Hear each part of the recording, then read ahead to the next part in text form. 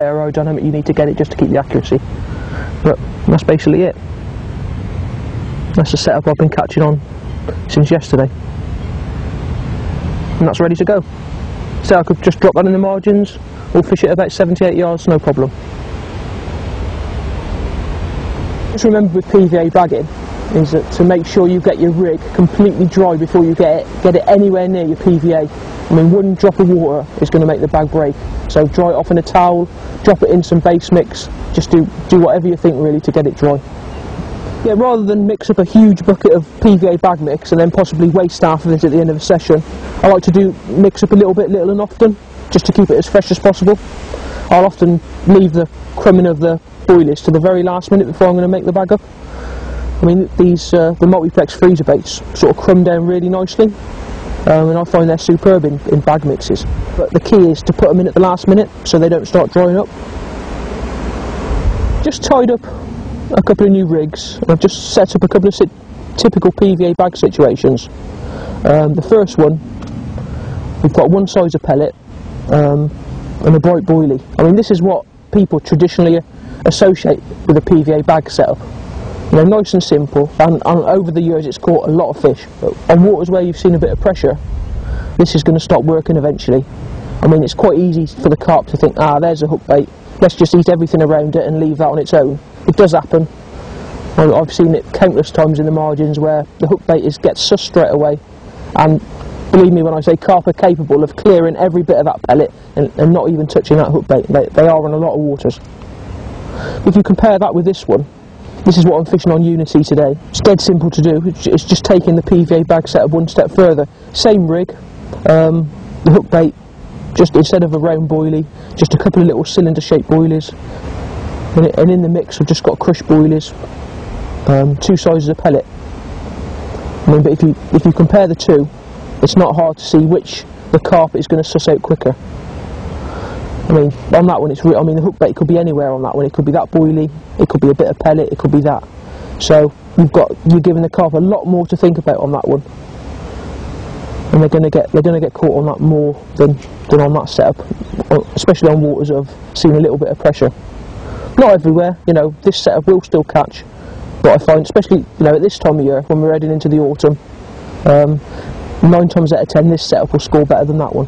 Yeah, both setups are going to catch, but it's worth ringing the changes. It can be on a daily basis which one's going to work better. One of the things I think is really important when fishing bags is to keep your hook length nice and short. I mean, my starting point is around about 5 inches, and I'll show you exactly why. If you think about how that sits on the bottom, a carp comes in to feed. It's not exactly got to go very far to eat all that pellet. It's not going to move far. It's going to keep grubbing around on this little area, and the hook length too long is going to give it too much room for manoeuvre when the carp sucks in your hook bait.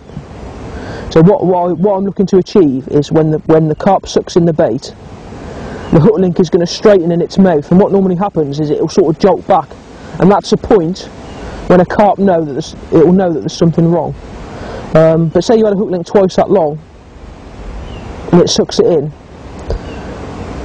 the carp is going to think, there's something in there, but you're not getting the advantage of the hook link pulling straight and then just slightly jolting back, and it can get rid of it a lot easier. I mean, as I said, 5 inches is my starting point, but on a few waters that are really pressured, I've gone down to as little as 3 inches. And I know it seems short, but believe me, it is long enough to still catch fish and hook them properly.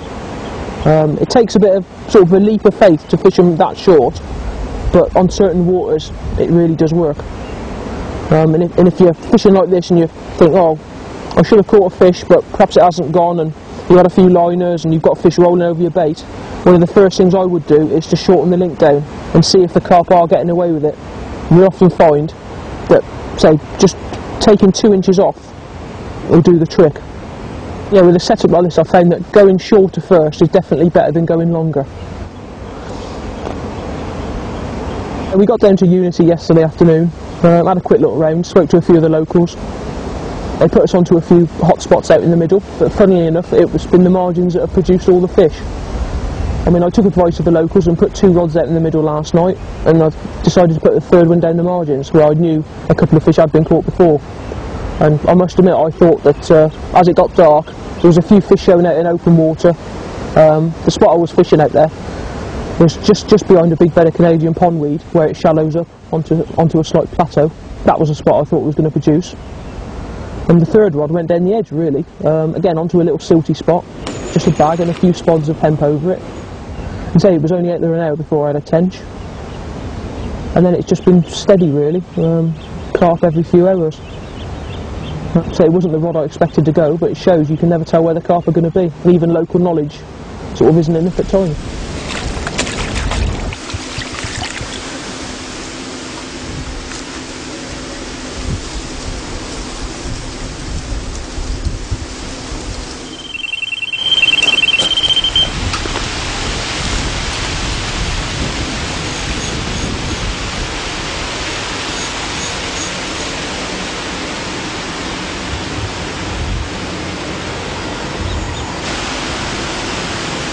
Been a wet night, it's rained all night, but the fish are feeding. Just picked up my fourth fish now, picking them up from just down the margins. Action started at just after dark last night. We caught a tench first, then a carp, then another one, and it went quiet. So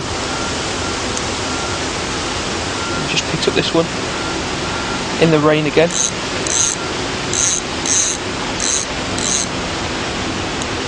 I've had this one on a good 5 minutes now. From the fight I've got a feeling it's one of the ghosted, may be wrong, but they do fight hard. So I had two so far and they took a long time to get in. Just picking all the fish up on cylinder shaped bottom baits, just a multiplex. Seems to be the winning bait at the moment. Oh, it's not a ghosty.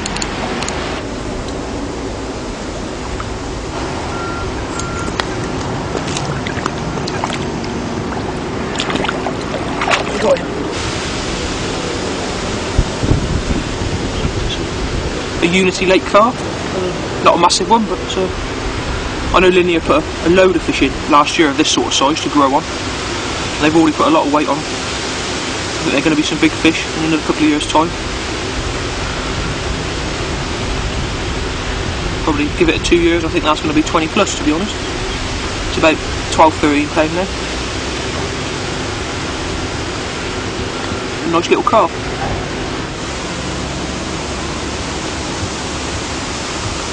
There we go, another ghost, well, sort of a ghosty. Cracking fish. What a lot of people come down to guys for, these fish in this lake, they're quite famous for it. Some of the other ones are sort of now approaching 30 pounds. This is, to be honest, this is one of the smaller ones. But a cracker, just under 20. Well, they certainly were superb ghost carp that Ian caught, and the lake is actually quite renowned for them. The whole complex, in fact, or the Guys Lake Syndicate as a whole, is very, very good water, and it's well known for producing fish to 40 pounds. Here's another little method that you might want to look at concerning pellet, and that's the use of a product called Sticko. Once rolled and formed, the pellet goes off hard, and these can be catapulted a real distance, and this is another little edge that you might want to employ in your own carp fishing. James Harrison, who works alongside myself on advanced carp fishing, has been messing around with Sticko, so let's cross to James and have a look and see what he does. As you can see from the bits and pieces that James got here, he's using the Sticko powder along with some very small halibut pellet and a handful of gravel. The gravel, incidentally, is to add weight to the finished ball to enable it to travel further. A nice little tactical tip, and something he's been keeping quiet for quite a while now. It's purely a case of taking the pellet, putting the required amount into a bowl and giving them a good dousing with a Sticko powder. One important factor here is that you must work this product with wet hands. You'll notice that James has an atomizer which he's filled with lake water. Once the pellets have been covered completely in the white powder, James then adds a little bit more water and also adds some water to his hands to enable him to work the product without it sticking to his skin. As this powder soaks into the pellet or binds the pellet, James is able to form small balls or large balls of pellet which, if left for a short period, will go absolutely rock hard and can be catapulted a fair old distance. Well, as you can see, James's method is something that you might want to consider, and it's a very tactical approach when you need to